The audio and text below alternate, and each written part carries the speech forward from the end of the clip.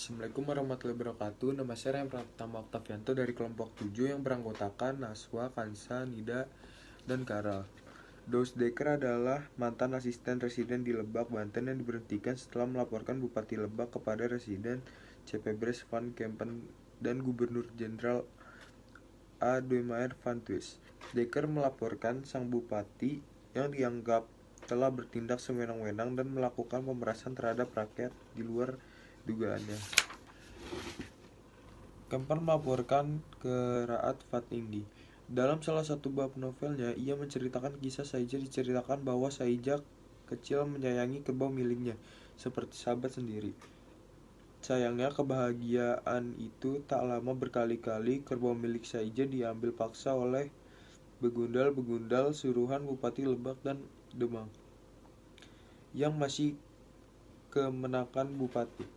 Tak ada rakyat yang berani melawan. Keluarga Saija pun tak mampu lagi membeli kerbau baru karena harta sudah dirampok. Tak ada alat untuk membajak, tanah pun terlantar. Kemiskinan menjadi-jadi, ibu Saija terpukul atas perlakuan semena-mena ini. Dia pun sakit lalu meninggal. Sepeninggalan istrinya, ayah Saija menderita stres. Lewat Max Havelaar menggugat kondisi tersebut, ia menentang praktik busuk kolonial. Karyanya ini berhasil menggoncang negeri Belanda, membangunkan orang-orang sebangsanya yang tidak peduli pada kondisi tanda. Yang kedua ada Mas Marco Kartodikromo. Mas Marco lahir pada tahun 1890-an di Jawa Tengah. Di usianya yang ke-15 tahun, Mas Marco bekerja sebagai juru tulis di perusahaan kereta api di Semarang. Setelah 6 tahun bekerja di sana, Mas Marco bergabung dengan Medan Prijaji, yang kemudian di sana dia bertemu dengan Ki Hajar Dewantara dan Dos Dekker. Kemudian Mas Marco berhijrah ke Surakarta dan bergabung dengan Sarekat Islam.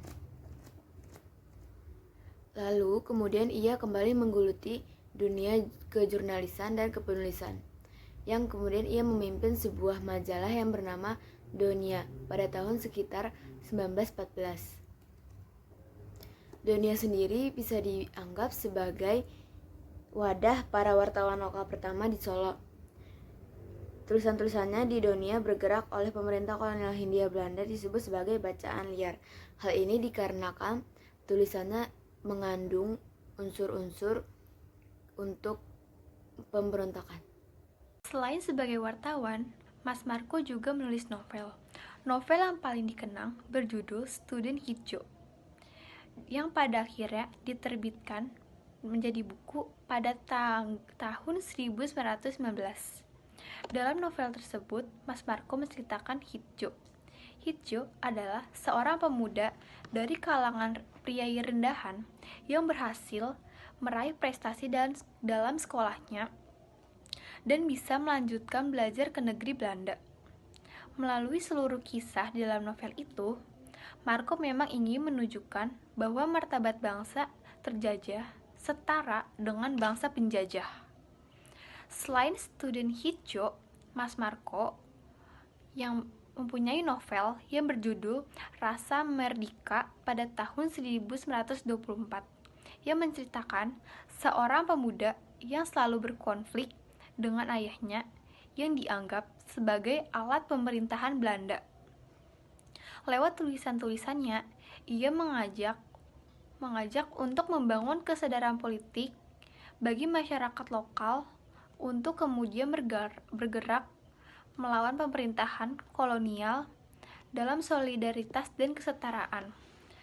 Karena tulisan-tulisannya, Mas Marco kemudian ditangkap oleh pemerintah kolonial pada tahun 1926 dan dibuang ke Boven Diogel, Papua. Dan pada akhirnya ia meninggal di sana pada tahun 1932 karena penyakit malaria. Soeharsi 1912 sampai 1977. Lahir di Desa Cibatok, 20 km dari Bogor. Ia anak ketiga Raden Bagus Nur Said Jojo Sapotro, keturunan Kesultanan Cirebon. Ibunya seorang perempuan Tionghoa dari keluarga kaya. Raden Bagus mengirim anak-anaknya ke sekolah Bui Tenzong Bogor. Soeharsi dan kakaknya Soeharni kemudian masuk ke sekolah Kartini pada 1918, tingkat mula atau sekolah dasar lanjutan. 4 tahun setelah sekolah itu dibuka di Bogor, setelah lulus mula, Cici dengan beasiswa dari Dana Kartini diterima di Sekolah Pendidikan Guru untuk Bangsa Eropa. Seorang gurunya mengajarkan karya-karya Muto Tuli. Meskipun ia punya ijazah untuk mengajar di sekolah kolonial di Batavia, ia memilih jadi guru dengan gaji pas-pasan di sebuah sekolah liar. Sekolah yang didirikan kaum nasionalis tanpa subsidi dari pemerintah kolonial Hindia Belanda. Di sekolah-sekolah liar atau nasionalis itu, murid-muridnya sudah terbiasa memberi salam kepada bendera dan menyerukan lagu. Lihatlah bendera kami, merah putih berkibar, dikibarkan hari ini dengan hati yang riang. Selanjutnya, ia bertemu dengan Sugondo Jojo Puspito, kelak dikenal Ketua Kongres Pemuda 1928, dan kemudian menikah. Keadaan ekonomi mereka terpuruk karena keadaan politik yang makin represif. Kaum pergerakan banyak yang ditangkap atau setidaknya diawasi terus-menerus.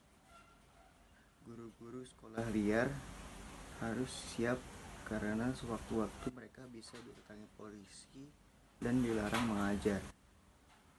Sugoto dan Suwarti hidup dari kota ke kota, ke Purwakarta, Bandung, Semarang, dan ke Bandung lagi pada 1937. Selanjutnya, Suwarsi kehilangan pekerjaan. Dia kemudian menulis novel Manusia Bebas dalam versi pertamanya dalam bahasa Belanda, Buiten het Garel, atau yang diartikan di luar kekang. Dalam novel tersebut dikisahkan para pendiri dan guru sekolah liar yang tak mengenal rasa putus asa meski hidup serba kekurangan. Mereka juga tak mengenal rasa takut meski selalu diawasi dan diancam ditangkap oleh pemerintah kolonial Belanda. Sekian dari kami. Wassalamualaikum warahmatullahi wabarakatuh.